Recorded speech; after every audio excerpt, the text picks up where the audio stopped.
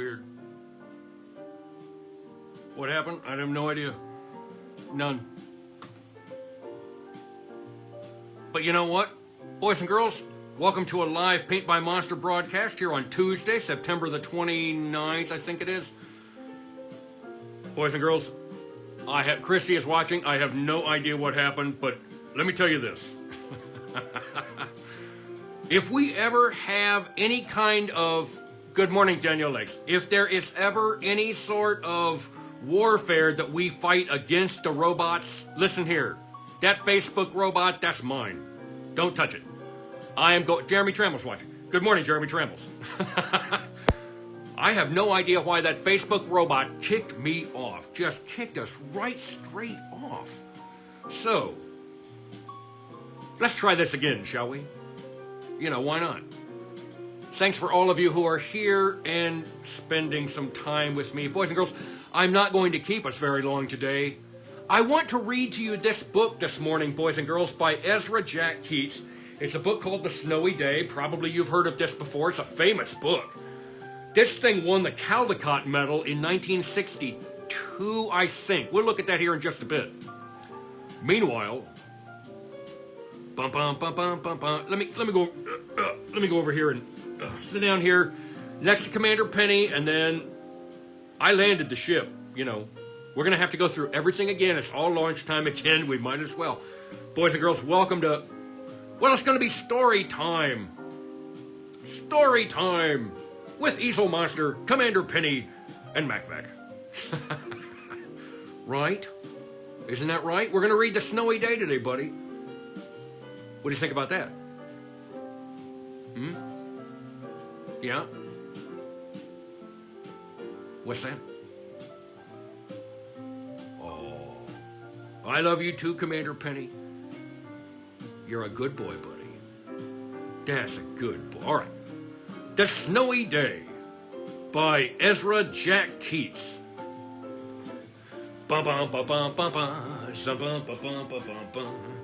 Boys and girls, I'm not going to worry about a second launch today. We're just going to read this book because, like I told you, I came today just wanting to read this with you, and then I'm going to get up out of here and do some things that I need to do today in preparation for Thursday evening. I was saying when we were cut off earlier, boys and girls, this part of the paper, this part of the book with no words on it is called, if those of you who don't know, the end papers of a book. See, there's some in the front, some in the back. It's the same thing. But they're just so beautiful. These are so lovely, the end papers. Anyway. The Snowy Day.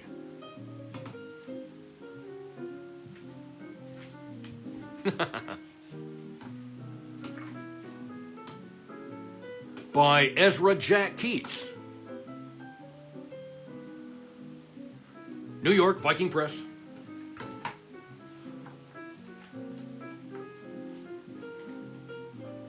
To Tick, John, and Rosalie.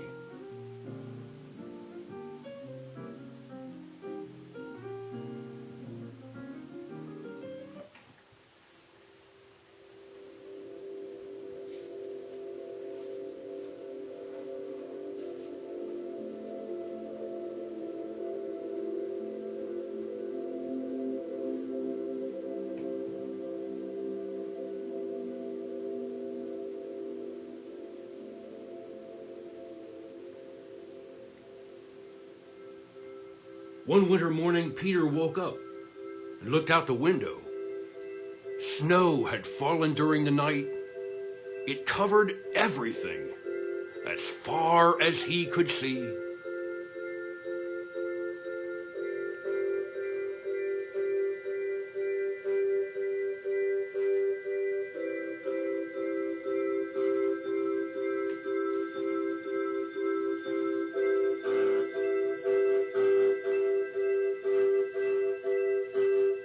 After breakfast, he put on his snowsuit and ran outside.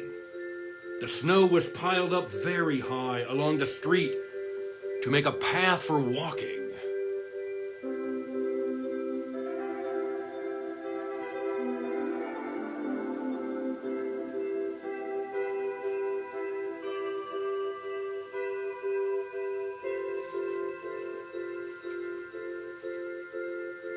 Crunch, crunch, crunch. His feet sank into the snow. He walked with his toes pointing out like this. He walked with his toes pointing in like that.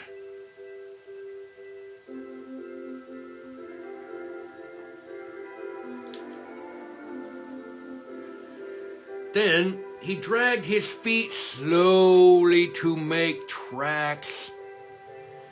And he found something sticking out of the snow that made a new track.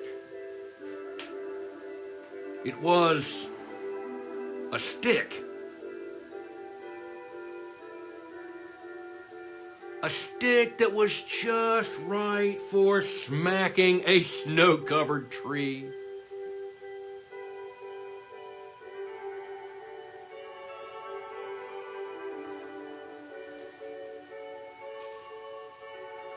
Down fell the snow, plop, on top of Peter's head.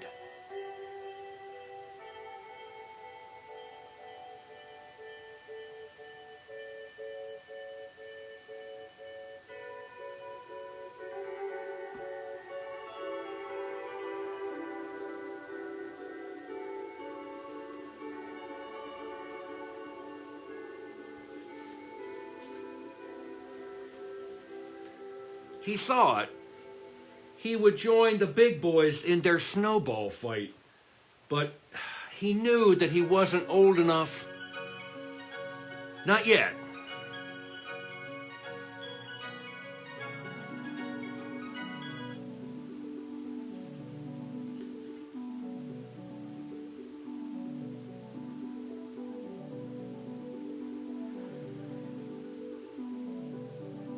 So he made a smiling snowman.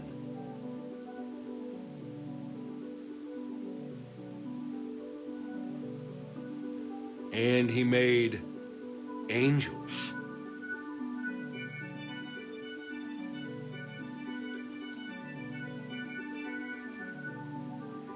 He pretended he was a mountain climber.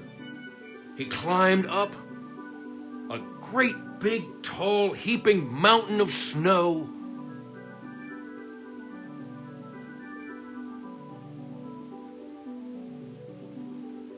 And slid all the way down.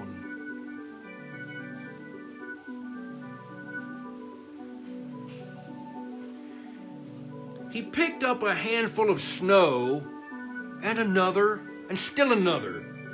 He packed it round and firm, and put the snowball in his pocket for tomorrow. Then he went into his warm house.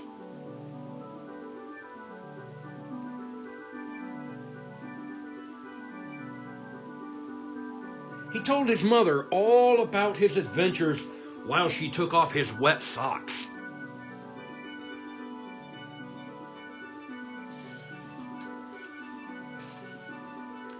And he thought, and he thought, and he thought about them.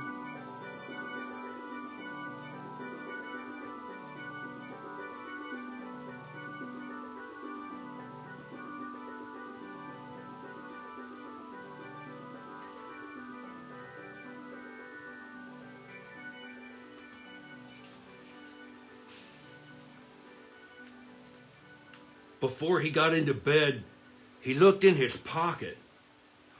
His pocket was empty. The snowball wasn't there. Oh, he felt very sad.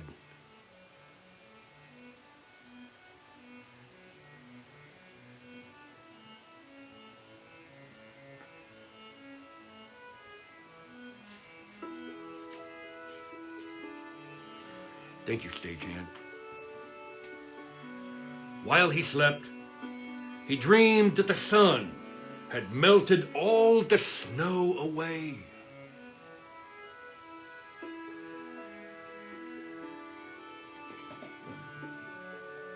But when he woke up, his dream was gone. The snow was still falling everywhere. New snow was falling.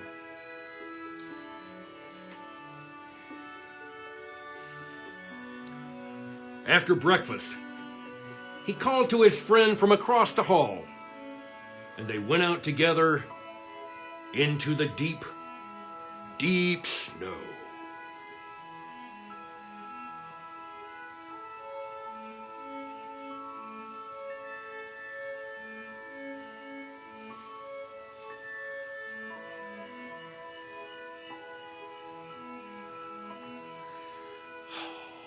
The Snowy Day by Ezra Jack Keats.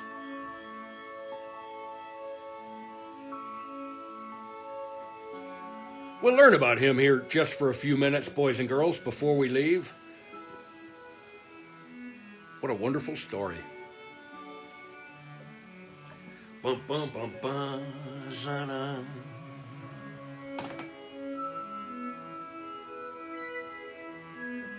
What did you think, Commander Penny? You love this story as much as I do, don't you? Yeah. Boys and girls, let's learn something about Ezra Jack Keats. MacVac, could you please show us the internets? Well, look up Ezra. Listen, go to the internets and look up Ezra Jack Keats and see if you can find anything on him. Please. Thanks. Ezra Jack Keats. He was born March 11th of 1916. He was an American writer and illustrator of children's books. He won the 1963 Caldecott Medal for illustrating The Snowy Day, which he also wrote. Keats wrote A Letter to Amy and High Cap, but he was most famous for The Snowy Day. It is considered to be one of the most important American books of the 20th century. Keats is best known for introducing multiculturalism into mainstream American children's literature. He was one of the first children's book authors to use an urban setting for his stories, and he developed the use of collage as a medium for illustration. Collage, boys and girls. Just like here, some of these things are cut paper. Some of these things are illustrated on here. Some of the facial features are pencil and ink and pens. But these are cut out things and glued together, and it's just paper, boys. It's lovely, just lovely. He had never worked this way before. We'll learn about this. Ezra Jack Keats was born Jacob Ezra Katz on March 11, 1916 in East New York, Brooklyn. He was the third child of Polish-Jewish immigrants, Benjamin Katz. And I thought we could see his picture over here, boys and girls. I thought we were going to... Oh, we did. We saw his picture. There he is. Benjamin Katz and Augusta Podganey, that's her name. The family was very poor. Jack, as he was known, was artistic from an early age and joyfully made pictures out of whatever scraps of wood, cloth, paper that he could collect. Benjamin Katz, his dad, who worked as a waiter, tried to discourage him from being an artist, insisting that artists live terrible, impoverished lives. Nevertheless, he sometimes brought home tubes of paint, claiming that a starving artist swapped this for a bowl of soup. See, his dad used words to say don't be one, but his dad brought home paint supplies, boys and girls. With little encouragement at home, Keats sought validation for his skills at school and learned about art at the public library. He received a medal for drawing on graduating from junior high school, 149, although unimpressive looking.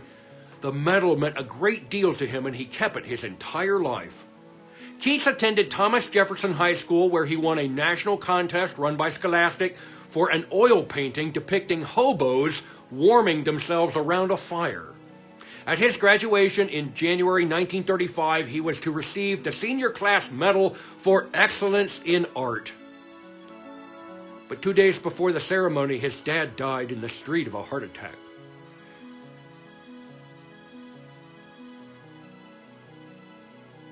When Keats identified his father's body, he later wrote, "I found myself staring deep into his secret feelings. There in his wallet were worn and tattered newspaper clippings of the notices of the awards I had won. My silent admirer and supplier, he had been torn between his dread of my leading a life of hardship and his real pride in my work." You can read more about this here at Wikipedia, the free encyclopedia. Ezra Jack Keats, there he is. The author of The Snowy Day. The Snowy Day. One of my favorites. I hope one of yours. Yeah. Boys and girls, as you know, this Thursday evening I have a live event. Thank you, stagehand. I have a live event coming up in Muncie, Indiana. So, there's all kinds of preparation for that. I'm getting the show ready for the outside performance. It's going to be really, really fun. Plan on joining me then. In the meantime, boys and girls, for this visit, I know we haven't been together very long and we got kicked off once by the Facebook robot, but for this visit, boys and girls, I'm going to say my goodbyes. Commander Penny, do you have anything for the boys and girls before we go? Commander Penny reminds you to read, boys and girls. Commander Penny reminds parents to read to their boys and girls. Read to your children, boys and girls. Read to your parents. Read to your children, parents. Lots of reading. Let's all be reading. All right. Anyway, meanwhile, boys and girls, I'm going to leave here for this time and say this is our visit. Thank you so much for being with me here on Story Time with Commander Penny and I. What fun. This was an experiment I wanted to do. Boys and girls, I'm looking forward to Thursday. I will see you all this Thursday evening live. Oh, our next time together, though, is going to be tomorrow evening at 8 o'clock. I'm going to try to keep that appointment. Meanwhile, I've got stuff to do this afternoon. So, thank you all for being with me. I love you all. Thank you so much for being here. I will see you all tomorrow at 8 p.m. See you then. I love you. Bye. Bye and bye.